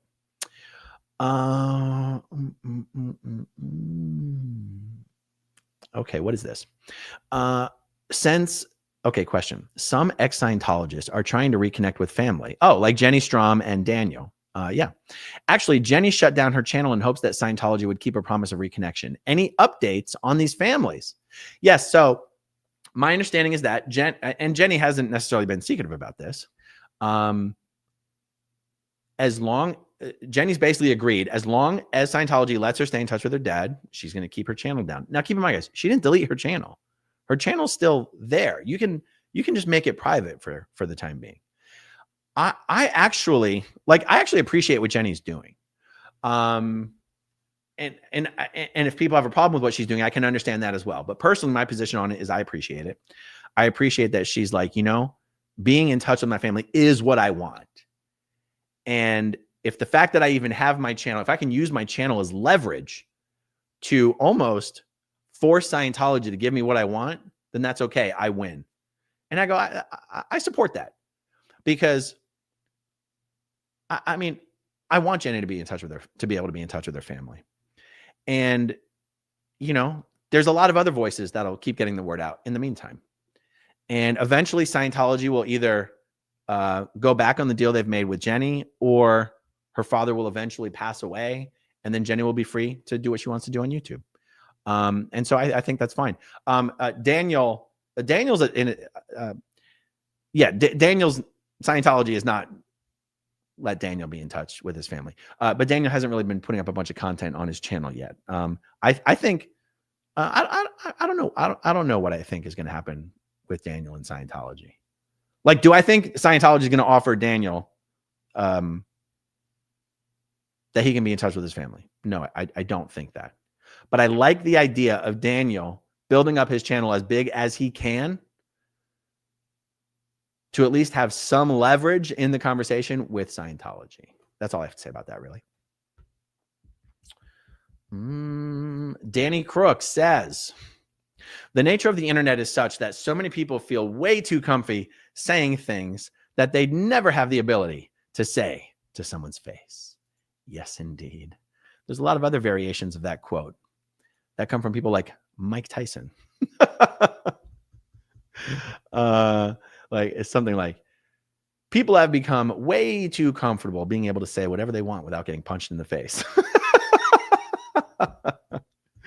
Old Frizz says, I think there's a narrative being spread that you never admit you're wrong. I've seen that to be untrue. It would be good to dispel that myth with Toddy, I guess. That's just one of those lazy, stupid criticisms that's hard to take seriously. I mean, you're right. You're right. I mean, in fact, that's what Nora says every time she apologizes for one of her mistakes. If by mistake we mean absolutely fabricating lies out of whole cloth. She goes, see, I can apologize. Aaron never apologizes. Guys, I apologize all the fucking time. All the fucking time. It's not even a button for me. I do not have a button on apologizing. Okay, Old Frizz says, your advocacy and empathy for all victims has always shown your good intentions, Aaron. Anyone who doesn't see that is blind. Thank you. I appreciate the kind remark. And you guys know, I don't hold myself up on some fucking pedestal. I've never pretended to be anything I'm fucking not. I don't pretend to be some like fucking awesome, amazing role model for anyone. It's not why I'm here. And so, and I've never tried to like be like, oh, I'm here saving everyone. I'm not here. Like, I'm aware that my videos and the videos of everyone who puts out videos like mine, these videos are helpful to people. I don't walk around every day just patting myself on the fucking back. Oh, you're such a fucking saint. You're doing the Lord's work. People should be thanking you every day. I do this because I enjoy doing it. It satisfies something in me to like fuck Scientology as hard as they fucked over all Scientologists and families and kids. It satisfies a thing in me. There's like no part of me that expects anybody to feel like they should thank me for anything. I truly do this because I love it. I've tried to help other people do it because that just makes it all more fun. And it's a way to amp up the being Scientology's worst nightmare factor. What's better than one person trying to be Scientology's worst nightmare? 100 people trying to be Scientology's worst nightmare. And that's honestly like, if there's some impulse that I have to try to get the gang back together and get everyone, kind of cooperating or at least not attacking each other, it's because it's so much more fun that way, guys. And it would make Scientology so much more scared of everything we have to say. And Streets hits the nail on the head when he's like, the only people winning here is Scientology. They're literally high-fiving. They're high-fiving, what's her name? Krauskopf. What's Krauskopf's name? Anyway, Kendrick Moxon and how do I forget her name? She was the one married to Louis Repetto. Jennifer Krauskopf. Jennifer Krauskopf and Kendrick Moxon are high-fiving. Hey, we fucking took him down. In fact, we got them to do it to themselves. That's why I want Nora to stop. It's not because I can't take it. It's like, Nora, you're making it a fucking nightmare for everyone. Jesus Christ. It was so much more fun when we could all collaborate and, sample each other's videos and talk about what happened here and talk about what happened there. But it's like, there's a reason why 5 months ago, I had to do the fucking video saying I'm no longer going to platform people on my channel who specialize in attacking ex-Scientologists. It was making it not fun. And then you add on top of that, I was getting blamed for it. Everyone thinks I'm fucking behind everything. And it's like, how can I send the message that this is not my fault? I do not co-sign this. The best way for me to do that was to do a video saying, I'm not going to platform it anymore. And then, that was my effort to try to tone down the negativity. And I don't know, it says something, you guys, that instead of toning down the negativity, it fucking amped it up to an 11. It's like, I don't even know what to say about that. I don't even know what to fucking say. Oh yeah, Aaron's a fucking narcissist because, oh my God, he did a video that made me hurt my feelings. It's like, yeah, Nora, enough is enough. Enough was enough then. Enough is enough now. Guys, literally everyone in Nora's life has tried to get her to stop. Her wife has tried to get her to stop. She refuses. All right, let's see. Danny Crook says, that's part of my confusion with how new people get pulled into the cult. Looking around, it seems even high-level OTs are just as bumbling and neurotic as anyone else. Yeah, but you don't see that in the beginning. You don't. When you're right in the beginning, Scientology looks very, very self-helpy. You see a bunch of young, energetic, attractive people, all with a purpose. They're walking fast and they're smiling big and they're, validating you. And they seem to have the answers to everything. And everyone's so upbeat until you join staff and you find out everyone's fucking screaming at everyone all the time. But yeah, yes. But honestly, people aren't really getting sucked into Scientology that much anymore. Are some people getting sucked in? Yes. There's a sucker born every minute, but Scientology is shrinking for a reason. They're losing people a lot faster than they're gaining anybody. Okay, let's see. I guess I said I was going to go for about 2 hours. So we're coming up on that time. Let me jump forward real quick. Oh, I know I just saw one that I wanted to pull up.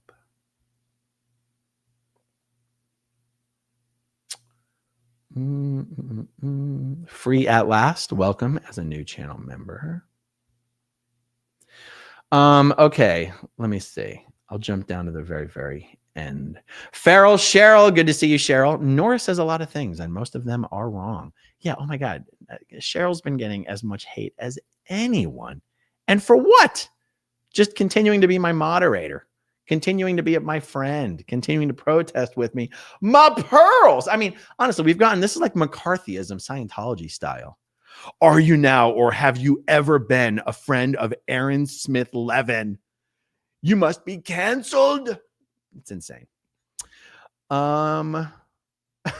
Susie Q says shit talking with Aaron. Yeah. I mean, that's what the cigar smoking, beer drinking live streams were. In fact, they call them talking smack Saturday night smack talking, the smackdown. Lena on Me says, in my opinion, I think there are people that won't stop until they ruin you. They lay in wait, hanging on to your every word. Time to see you truly have enemies. For sure, there are people, because also even there's real people, but then even behind the real people is legitimate, and I don't say this to exaggerate in any way, shape, or form, legitimate paid Scientology operatives. Guys, does anybody actually question whether Scientology operatives have fully infiltrated all the platforms? Please understand that if you even question whether this has occurred, you do not yet understand how Scientology works and how dedicated they are to destroying critics. Okay. Now, the problem is when I and others say things like that, it sounds like we're saying anyone who criticizes is a Scientology troll. And that is obviously not true. But the fact is, even if the real people who the real baby reindeers, the real Misery. Who's the lady in Misery? Kathy Bates in Misery. What was her character name? You guys know what I'm talking about. I'm talking about the Stephanie Hutchinsons, the Jamie Thomases, the Abbie James, the Maria de Gutierrez or whatever the fuck, Maria de Jesus or whatever the fuck. Those people are out for destruction because there's some wires crossed in the head. But if you didn't have those folks there, you would still have the anonymous Scientology agents doing the exact same thing. And that's why I treat them the exact same way. I completely ignore them because I think Toddy is a reasonable person who's not just out for destruction. I'm going to try to do a chat with her.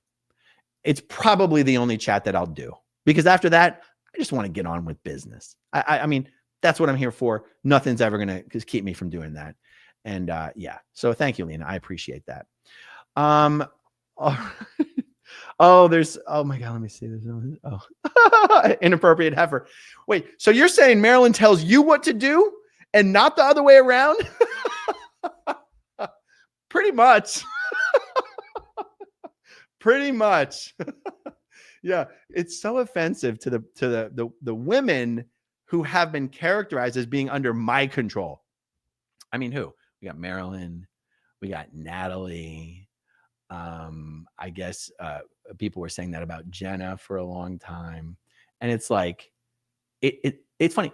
How come they don't say? How come they never accuse any men of being under my control?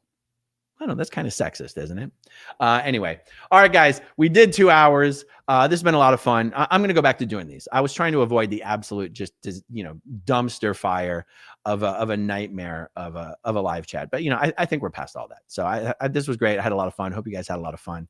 Thank you for joining me. As always, thank you to everyone who watches until the very end. And I'll talk to you soon. Okay, if you want to see my rock and roll songs, click right on this guitar. And if you want to see a different one of my videos,